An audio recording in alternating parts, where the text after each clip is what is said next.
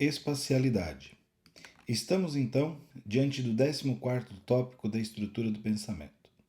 Neste tópico, o filósofo busca, ao longo da história de vida da pessoa, identificar a que ela direciona a sua intencionalidade, a intencionalidade do seu intelecto, em cada um dos pontos da historicidade. Existem 4 maneiras diferentes de perceber a que o partilhante direciona o seu intelecto. Vejamos.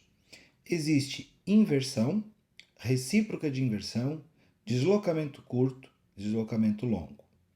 Dizendo de maneira bastante básica, e depois, obviamente, caminharemos pelas definições e também por exemplos práticos, nós podemos dizer que a inversão é quando o sujeito direciona seu intelecto, a sua atenção, para si mesmo diante de suas coisas. Assim como em recíproca de inversão, ele direciona sua atenção ao outro, ou seja, o movimento do seu intelecto é sair das suas coisas e posicionar-se no que é do outro, ou seja, colocar-se no lugar do outro. O deslocamento curto é quando o movimento do intelecto se dá para objetos presentes, literalmente falando coisas, não pessoas. E aí nós podemos falar de elementos que estão ao redor, aos quais a pessoa direciona a sua intencionalidade. E por último, nós temos ainda deslocamento longo. O deslocamento longo é quando o partilhante direciona sua atenção a elementos que não estão presentes nem no tempo e nem no espaço, ou seja, coisas que não estão nem aqui e nem agora. Seguindo então para as definições, vamos para a inversão. Olha só, quando o sujeito traz o outro ao seu mundo existencial, eis aí um movimento inversivo. Aqui a definição pode ser ampliada não só para quando o partilhante traz o outro para dentro do seu mundo existencial, mas também quando ele mesmo se volta para as próprias coisas, há aí um movimento inversivo. Vejam só o exemplo. Acordei cedo, sentei à beira da lareira, preparei meu chimarrão e fiquei pensando no que poderia fazer no futuro. Pois bem, quando o partilhante se dedica então às coisas suas, que estão para si, nós estamos então diante da inversão. Como identificar? Quem, portanto, determina o movimento inversivo é sempre o sujeito.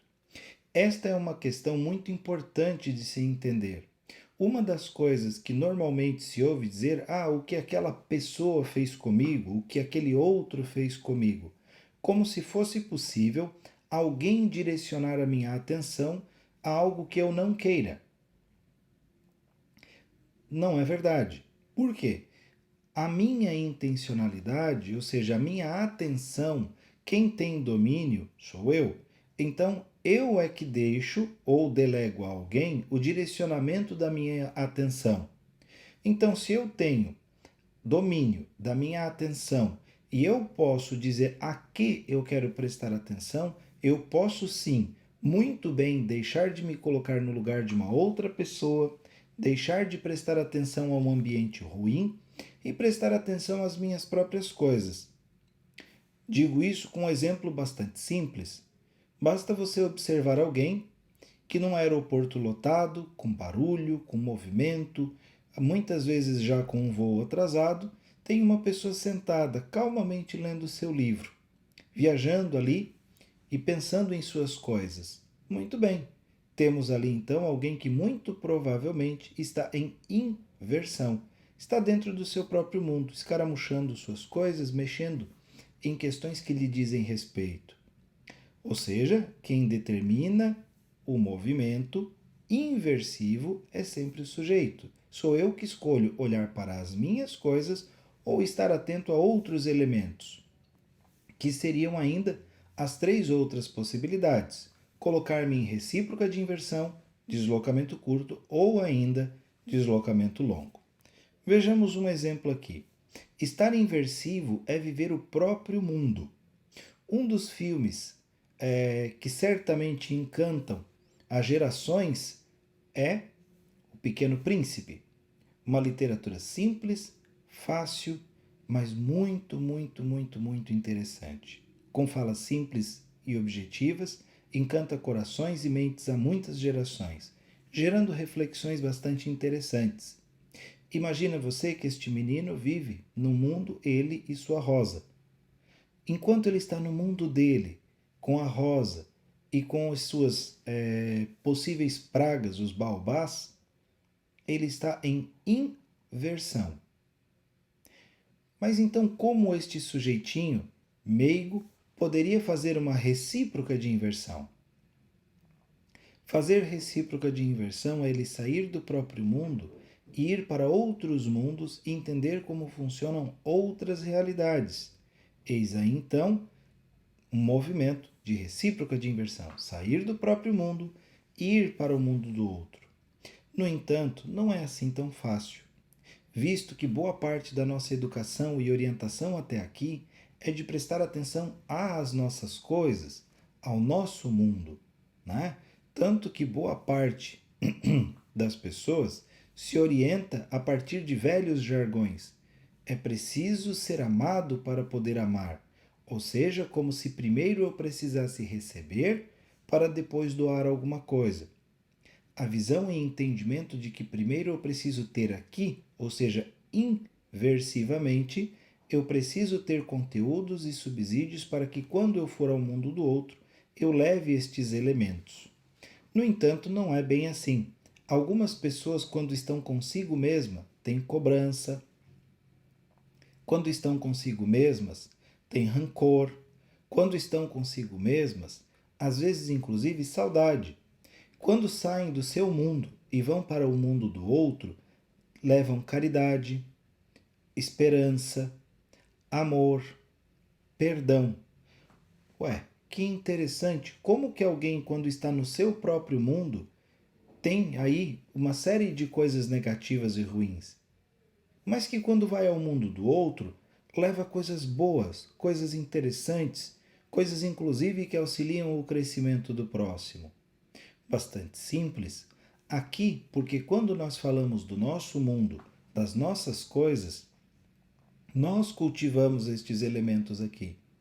É o mesmo sujeito que, ao invés de se sentar à beira de uma lareira, abrir um bom vinho e cultivar boas ideias, prefere sentar-se ao sofá, à beira da lareira, com bom vinho e se ater a problemas, e se ater a coisas ruins e negativas, sendo que nem o calor da lareira ou o sabor do bom vinho são percebidos.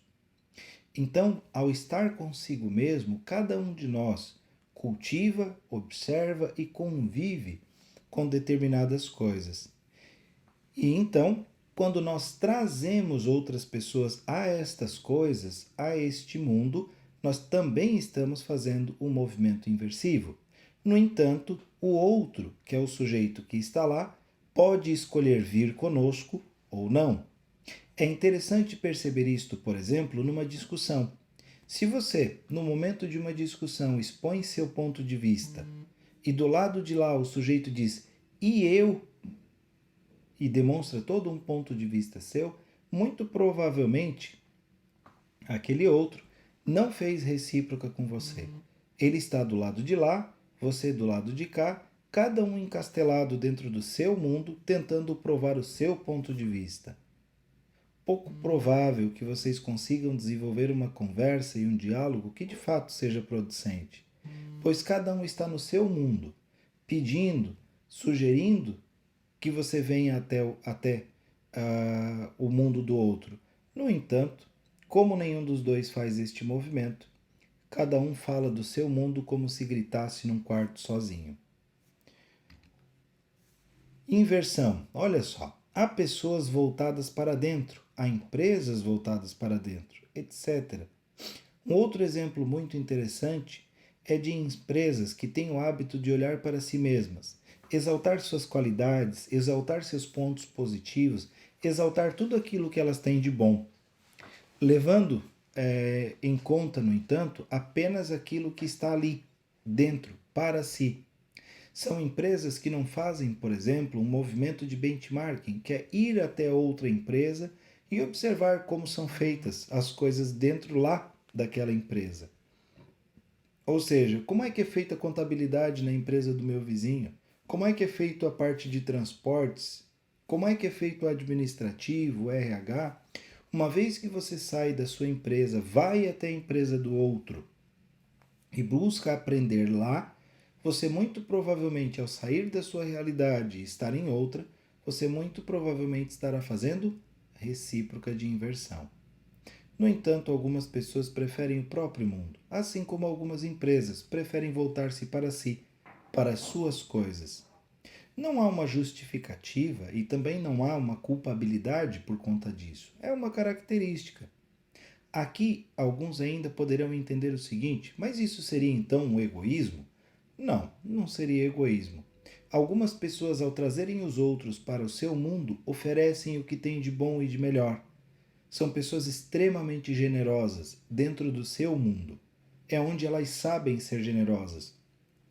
Algumas pessoas não sabem ir ao mundo do outro, não saberiam sair do seu jardim e plantar flores no jardim do outro. Mas elas sabem sim e muito bem convidar o outro para que venha ao seu jardim sentir o perfume das flores que ele plantou. Ser inversivo e fazer recíproca de inversão é, em muitos casos, aprendizado, exercício. Algumas pessoas aprenderam apenas a ser inversivas e agem e vivem a partir da sua realidade, das suas coisas, do seu mundo. Não sabem ir ao mundo do outro. Em alguns casos, ainda quando vão, levam todas as suas demandas. Aqui em nossa região, inclusive, existe um movimento muito peculiar. Temos uma cidade própria, próxima, que é Praiana. No verão, ela tem cerca de 10, 15 mil habitantes. No inverno, passa para praticamente 150 a 200 mil habitantes. Algo bastante simples acontece. Pessoas das cidades circunvizinhas se deslocam para lá para a temporada de verão. Muitas delas dizem: vou viver o verão, praticamente dizendo como se fossem fazer recíproca de inversão, sair do seu mundo e ir para um outro mundo subjetivamente falando. No entanto, constroem casas à beira da praia com exatamente a mesma estrutura e os mesmos serviços que têm na cidade onde moram, onde tocam a sua rotina cotidiana. Então vão à praia com a casa que tem escritório, Wi-Fi, com uma casa que tem todos os mesmos serviços. Em alguns casos, inclusive, vão até lá apenas para dormir. Será que de fato saíram do seu mundo existencial para um diferente? Ou saíram do seu mundo existencial e foram ao mundo do outro carregando as suas coisas todas nas costas? Quase que como um caramujo que carrega tudo aquilo que precisa dentro da sua própria casca. É preciso realmente perceber de fato se houve um movimento para dentro, inversão. Se este movimento foi de saída do seu mundo subjetivo, das suas coisas, na direção do mundo do outro, aí sim nós temos então a recíproca de inversão. Aqui tem um breve vídeo que é de Monty Python, um grupo comediante inglês, que mostra um pouco a realidade de alguém que tem forte movimento inversivo, alguém que tem dificuldade para se perceber dentro dos contextos. É complicado, mas em alguns contextos a falta de autopercepção pode fazer com que a pessoa tome decisões bastante equivocadas. Enfim, para cada um é diferente. Em alguns casos, um forte movimento inversivo pode fazer com que a pessoa, de fato, supere grandes dificuldades. Isso dependerá, obviamente, muito do repertório que ela tem. Seguimos então, agora, para a recíproca de inversão.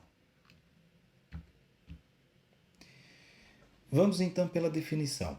Neste tópico é o sujeito quem vai ao mundo do outro. Vejam, aqui, como já anunciado anteriormente, não é mais o sujeito olhando para as próprias coisas, para o próprio mundo, mas sim, estando diante do outro, ele sai de si, das suas coisas, e vai existencialmente, aqui falando como intencionalidade, ao mundo do outro. Eu entendo o que está passando. Seus filhos, suas dívidas, tudo isso deve estar te deixando maluco. Muito bem. Aqui a fala é de alguém que abandona as suas coisas, abandona seu conteúdo e presta atenção ao outro, de fato. É necessário ter claro aqui algo muito importante. Para que o sujeito faça um movimento de recíproca de inversão verdadeiro, é preciso que ele saia das suas coisas e vá ao mundo do outro. Uma das prerrogativas é, literalmente, conhecer o outro, ou pelo menos se dispor a mergulhar no desconhecido.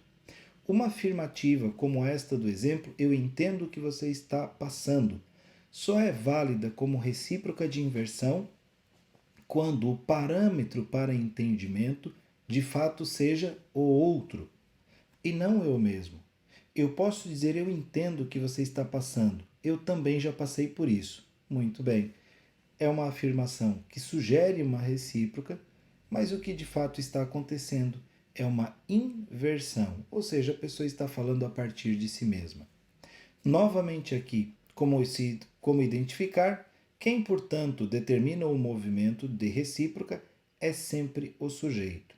Ou seja, sou eu que determino se quero permanecer no meu mundo com as minhas coisas em inversão ou se eu quero sair do meu mundo, sair das minhas coisas e direcionar a minha intencionalidade ao outro. Ou seja, colocar-me em recíproca de inversão.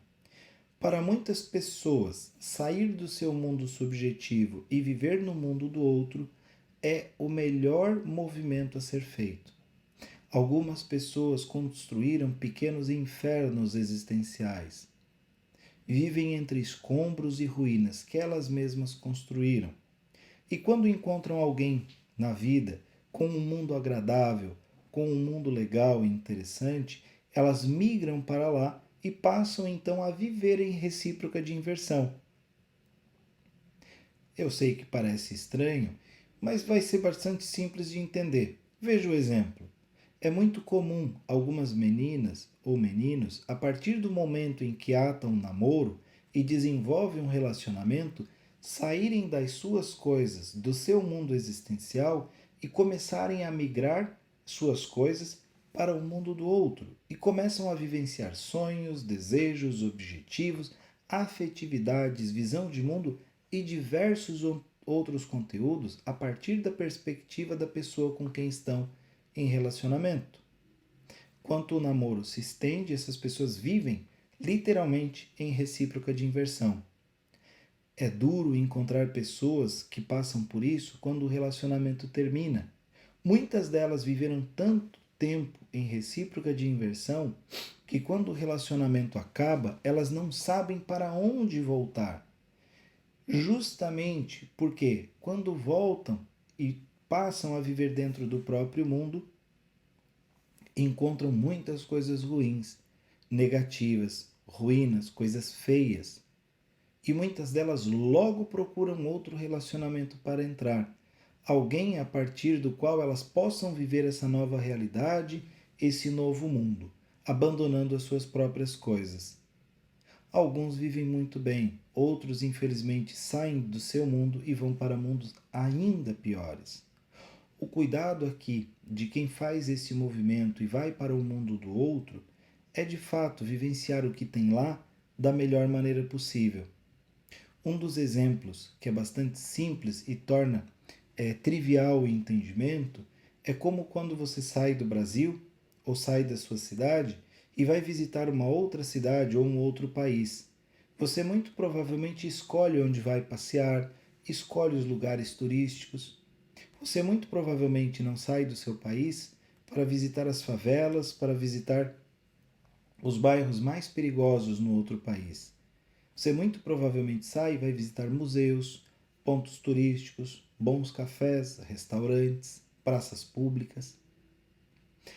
É importante entender que ao sair de seu mundo e ir para o mundo do outro, ao longo da história de vida, você perceber de fato o que você tem ido visitar lá e se isso de fato faz sentido para você.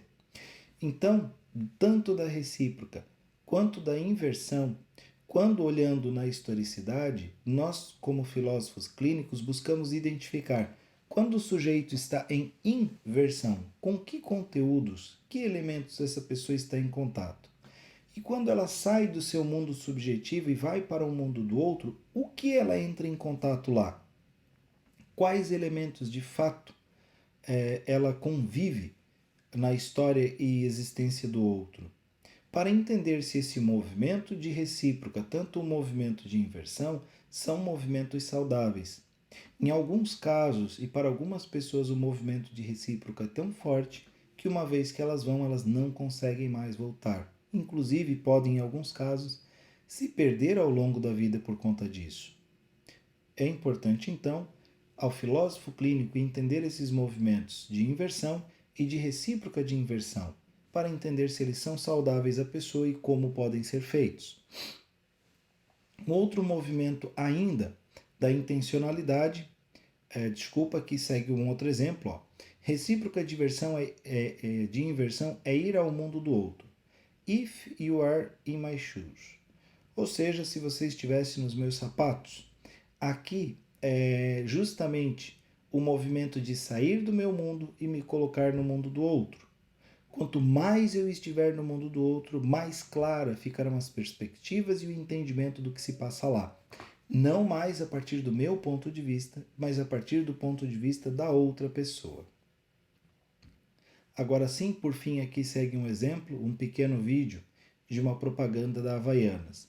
É muito mais uma brincadeira, né, uma tentativa de humor, mas o movimento de fato exigido ao longo da cena é um movimento de recíproca de inversão. Sigamos agora para deslocamento curto.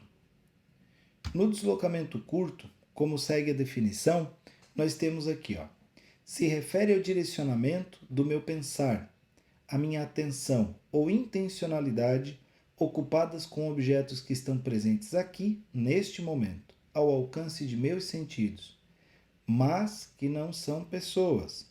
Com pessoas nós temos apenas inversão e recíproca de inversão.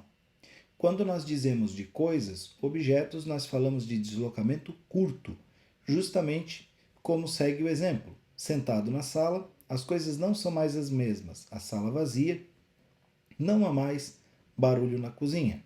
Aqui nós falamos de alguém que muito provavelmente está se sentado em uma casa, né, lá na sala, e está prestando atenção aos elementos que estão ao seu entorno. Neste tópico, né, pelo menos dentro desta fração do tópico 14, o filósofo clínico identifica ao longo da história de vida da pessoa, quando ela se desloca, e obviamente se ela faz isso, quando ela se desloca ao ambiente, a que elementos ela presta atenção? Se são elementos saudáveis, se são elementos producentes à existência do sujeito. Imagina, por exemplo, que algumas pessoas saem para caminhar e ao longo de sua caminhada elas prestam atenção ao barulho, à sujeira, à gritaria, pessoas mal educadas, a um trânsito um pouco desconexo. Já outras pessoas saem para caminhar exatamente no mesmo local e prestam atenção à brisa, aos pássaros, às flores, ao entardecer. Aqui a intencionalidade ela pode ser direcionada em acordo com a vontade do sujeito. Como dito antes, infelizmente algumas pessoas entendem que isso é automático, que isso funciona por si só, que não há um domínio do intelecto, que ele vai para onde ele quer, como diz o professor Lúcio Pachter, como um cachorro mal educado. E não é bem assim. Cada um pode educar o seu intelecto a que ele deseja prestar atenção. Eu posso caminhar numa avenida e você caminhar exatamente ao meu lado e prestarmos atenção a coisas muito diferentes. É importante entender que o deslocamento curto é este movimento aos objetos ao redor. Vá à historicidade da pessoa, identifica todas as vezes em que ela descreve elementos ao seu entorno e se isso é positivo ou não. Você estará percebendo então a que elementos ela percebe, né, quando em deslocamento curto, e que função ou que participação esses elementos têm na composição da sua estrutura de pensamento.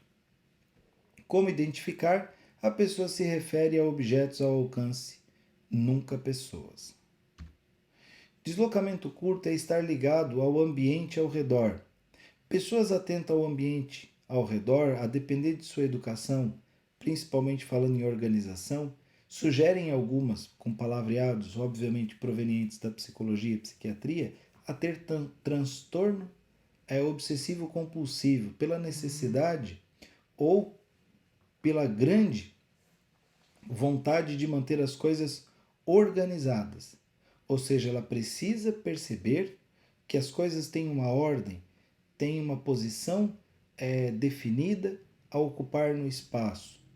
Imagina um arquiteto com deslocamento curto fraco, que tem dificuldade para a percepção de cores, de espaço, de dimensões. Seria basicamente uma desgraça. Ou seria drasticamente cômico perceber um arquiteto sem noções de deslocamento curto. Então, a noção de deslocamento curto é justamente pessoas que estão no ambiente e conseguem perceber as coisas, movimentação, iluminação, disposição, organização, tudo aquilo que estiver ao seu redor. Algumas conseguem fazer este movimento e se deslocam para coisas muito boas, como já mencionado, e outras, infelizmente, se direcionam e deslocam para coisas bastante negativas e vivenciam pequenos infernos astrais. É lamentável. Para cada um é diferente. E cada um escolhe, segundo a sua maneira, segundo o seu jeito, a que elementos se deslocar. Em alguns casos, o trabalho de um filósofo clínico é justamente fazer um ajuste, mostrar à pessoa, pela própria história de vida, a que outros elementos ela poderia prestar atenção que lhe seriam muito mais saudáveis, que seriam existencialmente melhores. Saindo do deslocamento curto, nós vamos para o deslocamento longo. Olha só o que diz a definição. Se refere ao voo que minha atenção dirigida dá em direção a objetos que não estão presentes, ou mesmo a ideias complexas longínquas. Segundo o exemplo, estava pensando, o meu carro, será que acionei o alarme? Ele ficou num lugar um tanto perigoso. O deslocamento longo, como identificar, olha só, saindo figurativamente de onde habita e percebendo e podendo conceber o mundo em outra representação reversa, de lá para cá. Ou seja, é quando o meu intelecto sai do meu aqui e agora e percebe as coisas a partir de uma outra dinâmica, tanto de localização geográfica quanto temporal. É quando eu, por exemplo, começo a imaginar como será o meu dia de amanhã, a minha agenda, a minha rotina, os meus compromissos. Será que eu vou ter tempo para fazer tudo? E começo a posicionar a minha mente lá. Muito bem, eu estou provavelmente em deslocamento longo. Algumas pessoas, vivendo nos tempos atuais, começam a deslocar o seu intelecto cada vez mais para frente, cada vez mais distante, e começam a colocar a necessidade de se alcançar ou ter certeza de que esta caminhada até lá será possível, viável e até mesmo será uma caminhada saudável. No entanto, quanto mais para frente se joga o deslocamento, quanto mais para diante você posiciona o seu intelecto e olha de lá para cá, é provável que mais você possa estar gerando ansiedades. Em alguns casos, inclusive, a pessoa gera transtornos ansiolíticos bastante intensos por perceber que não consegue chegar, caminha e não anda. Em alguns casos, apressa o passo, acelera a própria vida, na tentativa de chegar aonde delineou em deslocamento longo como objetivo ou como a linha de chegada. É importante tomar cuidado. O cuidado é o deslocamento longo, se mal feito, pode colocar a pessoa em ambientes tanto temporais quanto geográficos bastante ruins, desagradáveis. E obviamente a pessoa vive as coisas de lá para cá, que é esta questão da concepção, onde a representação ela fica reversa. Então, se eu me colocar no futuro e olhar de lá para cá, eu posso me colocar determinadas cobranças e determinadas orientações bastante ruins. Assim como eu posso fazer de maneira pedagógica e realmente de maneira reversa, redesenhar a minha caminhada para que eu possa ser mais assertivo e consiga chegar aos objetivos delineados. Deslocamento longo é interessante para quem faz planejamentos, para quem trabalha com criação, para quem trabalha com inventividade, criatividade, que pode sair do aqui e agora e estar em outro qualquer lugar, vivenciando qualquer coisa. que seja viável ou possível dentro do mundo da imaginação, ou seja, sair do aqui e do agora. Este movimento pode ser feito, por exemplo, com fotos. Olha só, deslocamento longo é deixar a mente vagar no espaço e no tempo. Eu gosto muito, particularmente, de visitar pessoas de mais idade que às vezes já estão num momento difícil da vida e que reclamam as dores do tempo e que só uma boa viagem ao passado é um alento. Viajam para boas memórias, bons tempos, viajam para onde a perspectiva de viver era maravilhosa. É só levá-las a partir de fotografias, narrativas e histórias para sua infância, para sua juventude. E você está provocando nela, obviamente aqui você está direcionando o intelecto desta pessoa ao deslocamento longo. Algumas pessoas fazem isso naturalmente, basta sentar-se a uma boa mesa de café e a conversa se direciona ao passado, a coisas que já foram. Outras pessoas ainda, um pouco diferentes, visionárias, direcionam seu olhar ao futuro, boas ideias, empreendimentos, coisas que podem ser feitas muito além do momento presente. Deslocamento longo é então sair do aqui e do agora. Novamente a recomendação: o filósofo clínico vai à história de vida da pessoa e observa literalmente os momentos em que ela não está presente no aqui e no agora, para onde ela direcionou seu intelecto e se esse onde é saudável existencialmente falando. Observar a posição do intelecto da pessoa em cada momento da vida é entender de fato o que ela está vivenciando do momento onde ela está. Algumas pessoas podem estar numa viagem para a Grécia, Roma, Itália, né? Para a França, para a Espanha, e o seu intelecto estar em casa, preocupado com o trabalho, com finanças, com a família. Intelectivamente, de fato, onde ela está? Ela muito provavelmente estará aqui, segundo a filosofia clínica, onde seu intelecto estiver. Algumas pessoas não faz sentido levá-las para um passeio antes de resolver aquelas pequenas encrencas que ficaram em casa. O corpo dela foi passear, o intelecto ficou em casa, tentando dirimir as encrencas que ficaram. Seguimos então aqui para o fim da espacialidade, apresentando um pouco do que seria inversão, recíproca de inversão, deslocamento curto e deslocamento longo. Até a próxima!